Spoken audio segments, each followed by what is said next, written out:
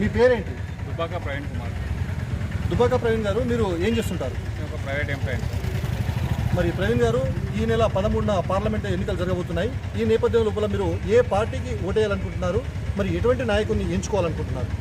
నేనైతే బీజేపీకి ఓటేయాలని నేను అనుకుంటున్నాను. ఆ బీజేపీ వలన మనకు ఎన్నో అభివృద్ధి పనులు జరిగాయి. దేశ అభివృద్ధి ఎంతో జరిగింది. అందువలన బీజేపీకి ఓటేయాలని నేను అనుకుంటున్నాను. మరి బీజేపీకి ఓటేయాలనుకుంటున్నారు. బీజేపీ వల్ల ఎన్నో అభివృద్ధి పనులు జరిగాయని చెప్తున్నారు.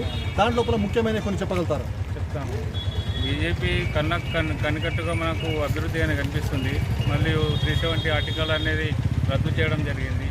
ఇందులో మన కులమతాలకు అతీతంగా మనకు ఎన్నో అభివృద్ధి పనులు జరిగాయి. ట్రిపుల్ తలాక్ అనేది ముస్లిం వాళ్ళకు, దీనివల్ల కూడా ఎంతో వాళ్ళకు కించపరచకుండా అందరికీ సమానంగానే చేయడం జరిగింది. మరి ప్రవీణ్ గారు, ట్రిపుల్ తలాక్ వల్ల మహిళలకు, ముస్లిం మహిళలకు కూడా న్యాయం జరిగింది అంటున్నారు. అదేవిధంగా ఇంకా కొన్ని ఏమన్నా బీజేపీ చేసినటువంటి గొప్ప పనులు చెప్పగలుగుతారు? బీజేపీ వలన ఇంతకుముందు రామాలయం ఎన్నో ఏళ్ళ నుంచి మనం ఎదురు చూస్తున్నటువంటి రామాలయాన్ని నిర్మించడం జరిగింది. మోడీ గారి నాయకత్వంలో ఎన్నో గొప్ప పనులు జరిగాయి. అందుకని నేను కూడా కేంద్రంలో మనకు